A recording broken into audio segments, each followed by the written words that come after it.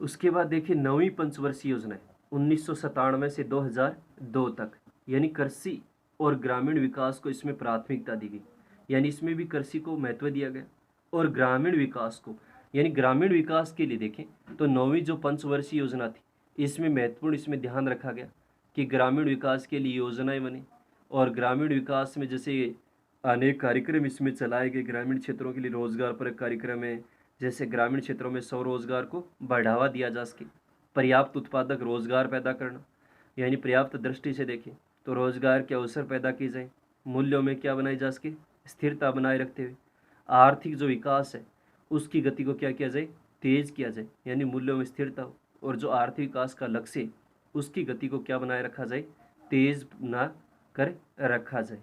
तो ये थी 9वीं पंचवर्षीय योजना 1997 से 2002 तक थी, यानी कृषि और ग्रामीण विकास को प्राथमिकता देना, यानी मुख्य उद्देश्य कृषि था इसमें भी और ग्रामीण विकास के लिए इसमें और ध्यान दिया गया। ग्रामीण विकास के लिए जो नए कार्यक्रम है वो इसमें शुरू किए गए, वो इसके मुख्य उद्देश्य रखे गए थे और इसके साथ साथ पर्याप्त रोजगार के अवसर पैदा किए जाएं, मूल्यों में स्थिरता बनाए रखी जाए और आर्थिक विकास को क्या किया जाए और तेज किया जाए। उसके बाद देखिए 10वीं पंचवर्षीय योजना 2002 से 2007 तक, यानी जो 10वीं पंचवर्षीय योजना थी उसका समय देखें तो कब से कब था, 2002 से 2007 तक था। और 10वीं पंचवर्षीय योजना में देखें तो मुख्य जो सर्वोच्च प्राथमिकता थी उसमें क्या थी, पहले विकास की दर का लक्ष्य 8% रखा गया इसमें, यानी 8% विकास की दर इन 5 सालों में प्राप्त की जाएगी और अगले 10 साल में देखें तो प्रति व्यक्ति आय को दोगुना किया जाए और कृषि क्षेत्र में और सुधार किए जाए, ऊंची गुणवत्ता वाले रोजगार के अवसर से मिलें और सेवा क्षेत्र में रोजगार के अवसरों पर ध्यान देने की इसमें बातें की गई थी। यानी सेवा क्षेत्र में तृतीय जो क्षेत्र है, परिवहन है, संचार है, बैंकिंग है, इन क्षेत्रों में देखें तो अधिक से अधिक लोगों को क्या मिले, रोजगार मिले। इस बात पर क्या रखा गया था, इसमें ध्यान रखा गया था। तो ये क्या थे, इस योजना के मुख्य उद्देश्य थे। यानी 2002 से कब थी, 2007 तक थी। और 10वीं योजना में देखें तो विकास दर का लक्ष्य कितना रखा गया था, 8%। और अगले 10 साल में देखें तो जो प्रति व्यक्ति आय है उसको दोगुना करना था, कृषि क्षेत्र में और सुधार किए जाएं, ऊंची गुणवत्ता वाले रोजगार के जो अवसर हैं उनको बढ़ाया जाए। नहीं, अच्छी गुणवत्ता के जो रोजगार के क्षेत्र हैं, तृतीय क्षेत्र, चतुर्थ क्षेत्र, इसमें ज़्यादा अवसर मिले। सेवा क्षेत्र तृतीय क्षेत्र है तो इस क्षेत्र में भी रोजगार की क्या मिले, अवसर मिले। तो इस पर ध्यान देने की क्या कही गई थी, बात कही गई थी। तो ये 10वीं योजना की क्या थे, मुख्य इसमें उद्देश्य या लक्ष्य रखे गए थे। उसके बाद देखिए 11वीं पंचवर्षीय योजना है 2007 से 2012 तक। इस योजना में भी देखें तो क्या था, लक्ष्य तीव्र और समावेशी विकास रखा गया था। तीव्र का तेज गति से, समावेशी का विकास का जो लाभ है वो सभी को क्या मिले, इसमें प्राप्त हो, यानी तेज गति से विकास हो। और विकास की दर का लक्ष्य इसमें भी 9% रखा गया था। यानी इसमें ये थे कि एक तीव्र गति से पूरे देश में विकास किया जाए और समावेशी, समावेशी मतलब सभी क्षेत्रों का, यानी जाति, धर्म, लिंग, समाज में इस प्रकार का कोई भेदभाव न, जो विकास का लाभ वो सभी प्रत्येक व्यक्ति तक क्या मिले, पहुँचे इसमें।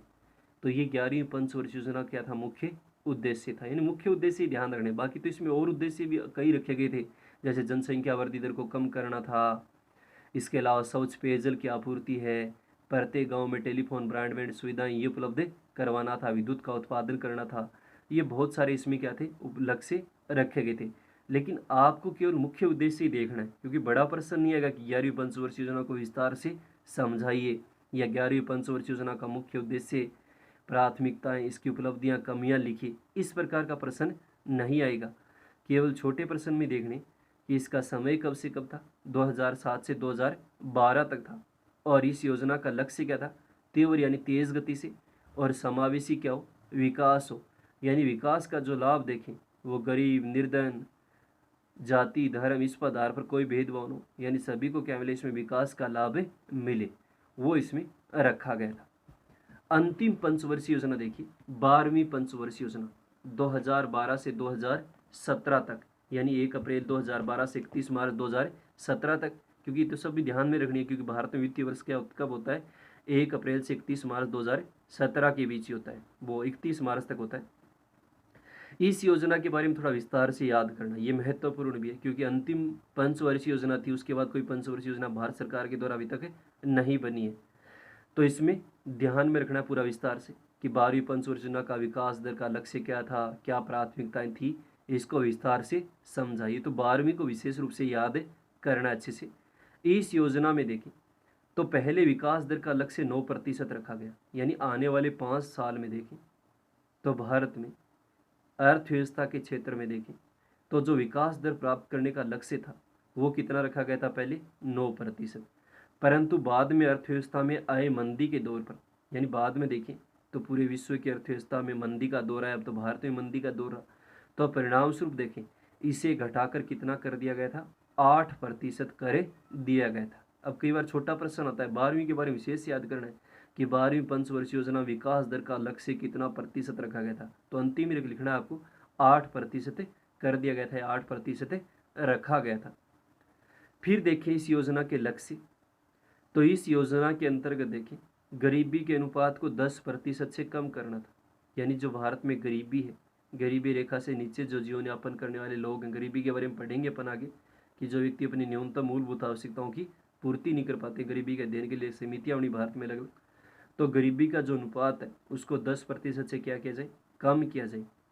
आधारभूत संरचना क्षेत्र में विनियोग, आधारभूत संरचना क्षेत्र मतलब सड़क है, परिवहन है, संचार है, ये जो क्षेत्र है इसमें विनियोग को, विनियोग मतलब जो पूंजी इसमें लगाई जा सके, उसमें जीडीपी को, यानी जीडीपी अपन ने पढ़ाई था, सकल घरेलू उत्पाद जिसको कहते हैं, ग्रेस डोमेस्टिक प्रोडक्ट होता है, यानी एक देश में देखें तो वित्तीय वर्ष में घरेलू सीमाओं में जो अंतिम वस्तुओं और सेवाओं के मौद्रिक मूल्यों का क्या होता है, योग होता है, उसको 9% तक लाने का प्रयास करना था, यानी उसमें जो पूंजी है वो 9% क्या किया जाए, लगाई जाए, लाई जाए। आधार कार्ड पर आधारित बैंकिंग व्यवस्था से, यानी आधार कार्ड पर देखें, यानी आधार कार्ड का प्रयोग करते हुए जो बैंकिंग व्यवस्था है उसमें सभी सब्सिडी आधारित योजनाओं को, यानी आधार कार्ड को बैंक से जोड़ा जाए, और सब्सिडी यानी छूट के माध्यम से जो योजनाएं चलाई जा रही उसको प्रत्यक्ष कैश ट्रांसफर योजना से संबंधित करना, यानी जोड़ना। प्रत्यक्ष मतलब सीधा जो पैसा है वो आधार कार्ड के माध्यम से, सब्सिडी मतलब जो छूट वगैरह मिल रही है, जो भी योजना है, जैसे गैस सिलेंडर है या कोई पेंशन आ रही है किसी सहायता पेंशन में, तो वो सीधी क्या है, बैंक खाते में ट्रांसफर की जाए या पहुंचाई जाए। ये इस योजना क्या था, मुख्य लक्ष्य और उद्देश्य रखे गए थे, जिसे भ्रष्टाचार वगैरह है उसको क्या किया जा सके, समाप्त किया जा सके। तो 12वीं को एक बार फिर से पढ़ेंगे, अच्छे से याद करना है। 12वीं सबसे महत्वपूर्ण और अंत में क्या समाप्त हुई है, क्योंकि इसके बाद कोई योजना नहीं बनी है। तो एक तो इसका समय 2012 से 2017 तक था, यानी प्रत्येक का 1 अप्रैल 2012 से 31 मार्च 2017। इस योजना में देखें विकास दर का लक्ष्य पहले 9% रखा गया, लेकिन बाद में देखें अर्थव्यवस्था में मंदी का दौर आया, तो परिणाम स्वरूप इसे घटाकर कितना कर दिया गया, 8% कर दिया गया। तो अभी छोटा प्रश्न है कि 12वीं पंचवर्षीय योजना विकास दर का लक्ष्य कितना था, तो क्या लिखोगे, 8%। इस योजना के अंतर्गत देखें जो गरीबी का अनुपात है उसको 10% से कम करना, यानी जो गरीबी है उसमें उसके अनुपात को और कम किया जाए, तो उसमें 10% से क्या लाई जाए, कमी लाई जाए। आधारभूत संरचना क्षेत्र में देखें, यानी आधारभूत इंफ्रास्ट्रक्चर है जो सड़क, परिवहन, संचार, उसमें विनियोग यानी पूंजी है, उसमें जीडीपी को 9% लाने हेतु प्रयास करना, यानी सकल घरेलू उत्पाद में 9% तक क्या लगाई जाए, पूंजी लगाई जाए। आधार कार्ड पर आधारित बैंकिंग व्यवस्था से, यानी आधार कार्ड पर देखें आधारित जो बैंकिंग व्यवस्था है, यानी बैंकों में जो देखें उसमें आधार कार्ड का प्रयोग किया जाए, जिससे सब्सिडी आधारित योजना, यानी जो भी छूट वगैरह मिलती है, इस प्रकार की जो भी योजनाएं सरकार चला रही है, चाहे सिलेंडर, गैस सिलेंडर में छूट है या और जो भी योजनाएं चल रही, उसमें प्रत्यक्ष कैश ट्रांसफर, यानी सीधा पैसा क्या है इस योजना में बैंक खातों में लोगों को क्या करा जाए, भेजा जाए। तो इसमें आधार कार्ड से इसको जोड़ा गया, जिससे रिश्वत, भ्रष्टाचार वगैरह क्या हो जाए, समाप्त हो जाए। तो ये था भारत में नियोजन, जो अपन ने 12 क्या पढ़ी, पंचवर्षीय योजनाएं पढ़ी। किताब में इनको विस्तार से दे रखा है, इनके लक्ष्य क्या थे, महत्वपूर्ण तथ्य क्या हैं, फिर उपलब्धियां और कमियां क्या हैं, तो विस्तार से याद नहीं करने, क्योंकि इस प्रकार का कोई बड़ा प्रश्न नहीं आता है। जो अपन ने संक्षेप में लिखे वही याद करनी है। एक तो इनका समय कब से कब क्या था, एक इसमें मुख्य लक्ष्य उद्देश्य क्या था, और जो 12वीं पंचवर्षीय योजना है इसको विस्तार से याद करना है। कि इसमें कितना लक्ष्य रखा गया था, कितना घटाया गया था, कितना कम किया गया था, और इसमें वार्षिक वृद्धि दर का अलग से कितने प्रतिशत रखा गया था। तो 12वीं को अच्छे से याद करना है, बाकी को संक्षेप में याद करना है। बस इनका समय ध्यान में रखना है कि पहली कब से कब थी, दूसरी कब से कब थी, तीसरी कब से थी, या फिर योजना अवकाश किसे कहते हैं, या वार्षिक योजना किसे कहा जाता है, इससे क्या तात्पर्य है। तो ये था भारत में अपनी नियोजन या पंचवर्षीय योजनाएं। तो इनको अच्छे से लिखना और याद करना है। फिर स्कूल लगी तो दोबारा इनको अच्छे से पढ़ाएंगे, जो भी और इनमें महत्वपूर्ण तथ्य, कमियां, उपलब्धियां, लेकिन एक बार इनको संक्षेप में याद करना है आपको।